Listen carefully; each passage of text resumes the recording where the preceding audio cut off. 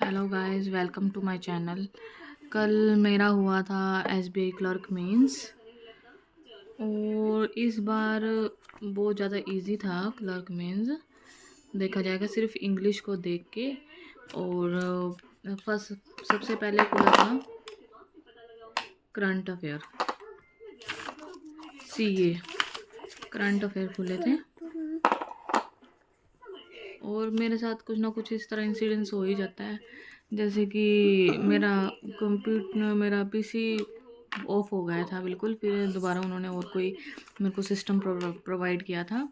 और current affair की बात करें तो मैंने टोटल अटैम्प्ट किए थे 22 अटैम्प्ट करे थे। और सारे वन लाइनर क्वेश्चंस थे, इजी थे क्वेश्चंस। मतलब हाँ, जिसने डेली वाइज जीके की तैयारी की होगी, सीए की तैयारी की होगी डेली वाइज, उनके आराम से 20 से 22 क्वेश्चन तो आराम से मतलब सही होंगे। मेरे 14 to 15 क्वेश्चन सही हैं। और मतलब कट पिट के वही 10 से 12 मार्क्स आ जाएंगे। 10 से 12 मार्क्स हो जाए। फिर ओपन हुई थी इंग्लिश। इंग्लिश तो बहुत ज़्यादा डिफ़िकल्ट थी, कुछ समझ ही नहीं आ रहा था। आरसी वगैरह मुझे तो बहुत ज़्यादा डिफ़िकल्ट लगी, आप बताना। और आरसी बहुत ज़्यादा टफ थी।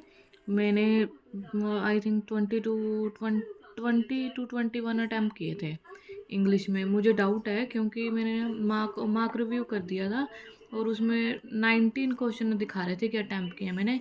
फिर मेरे को बाद में याद आया कि मैंने कुछ क्वेश्चन मार्क रिव्यू कर रखे थे।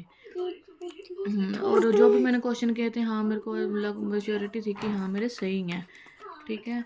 और फिर बात आती है मैथ्स की, क्वांट की।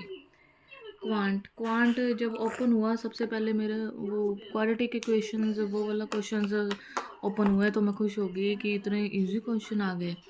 फिर मैंने टोटल अटैम्प्ट किए थे 27 अटैम्प्ट किए थे। हाँ इजी थे, पर एक थी कैसलेट डीआई। मैंने उसमें कैसलेट डीआई भी बनाने की कोशिश करी 2 बार, पर वो बनी नहीं। बन जाती पर वो काफ़ी टफ थी वो, उसमें कैलकुलेशन काफ़ी हार्ड थी, इसलिए वो मैंने छोड़ दी। और एक और थी वो डेनिम वगैरह वाली थी, वो काफ़ी टफ थी। उसमें 7-8 क्वेश्चन थे, पर वो नहीं बन पाई। बाकी सारे हो गए थे क्वेश्चन। एक दो मैंने अर्थमेटिक के किए थे, हाँ एक दो अर्थमेटिक के भी किए थे मैंने क्वेश्चंस। और बाकी 2 डीआई बनाई थी, वो एवरेज वाली, ABCD मंडे संडे वाली। ए और बी के मंडे संडे वाली थी। दोनों का दे रखा था एवरेज टोटल करके, उसमें से माइनस करना था। फिर वो बी का रेशियो दे रखा था, मंडे ट्यूसडे वेडनेसडे, उसका रेशियो से वो उसकी अमाउंट निकालनी थी। इस तरह क्वेश्चन था, वो बिल्कुल इजी था। कोई भी सब ऑल ओवर देखा जाए तो क्वांटम प्री से थोड़े से अप लेवल की थी। थोड़ी सी अप लेवल की थी, थोड़ी सी अप लेवल के प्री के। हाँ जो जिसकी अच्छी तैयारी थी वो आराम से 30 to 35 कर सकता है आराम से। मेरे 27 अटैम्प्ट थे, क्योंकि मेरी एक वो बनी नहीं कैलकुलेट। अगर मैं बना देती तो हो ही जाता, या अगर उसको मैं ना छेड़ती कोई और क्वेश्चन कर लेती अर्थमेटिक के, तो ज़्यादा अटैम्प्ट हो सकते थे मेरे। और फिर बात आती है रीजनिंग की। रीजनिंग भी मेरा अच्छा रहा, उसमें मेरे 28 अटैम्प्ट थे। 28 अटैम्प्ट थे। हाँ मेरे सारे जो जो मैं कर रही थी क्वेश्चन हो गए थे। सबसे पहले तो मैंने मिसलेनियस ही किए थे थोड़े बहुत। ऑल ओवर पेपर मैंने देख लिया कैसा है। फिर मैंने मार्क रिव्यू कर दिया था कि ये वाले पजल्स हैं। फिर मैंने अटैम्प्ट किए। और ट्रायंगल वाले को तो मैंने छेड़ा ही नहीं, मेरे को पता था इसमें मैं फंस जाऊंगी, तो मैंने उसको छेड़ा ही नहीं।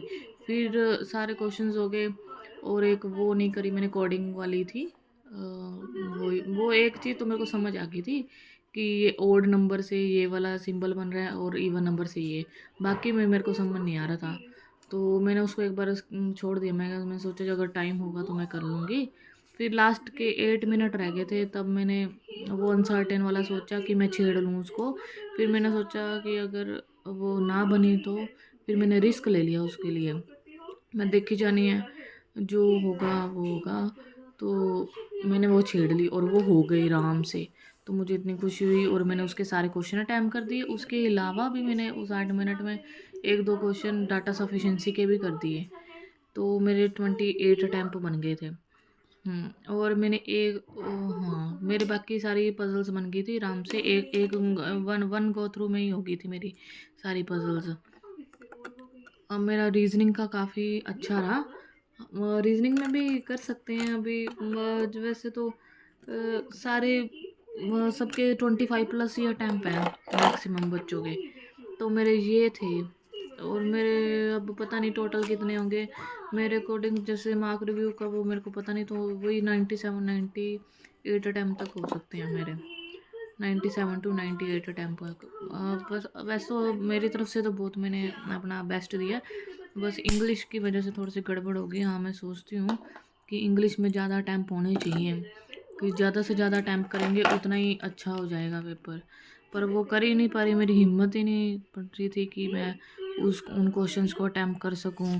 मेरे से एक्यूरेसी से ही होते हैं क्वेश्चंस अटैम्प्ट, भी मेरे से वैसे नहीं होते कि तुक्के लगा दूं, इस तरह नहीं होंगे। पता नहीं अब इंग्लिश में कितने क्या मार्क्स बनेंगे।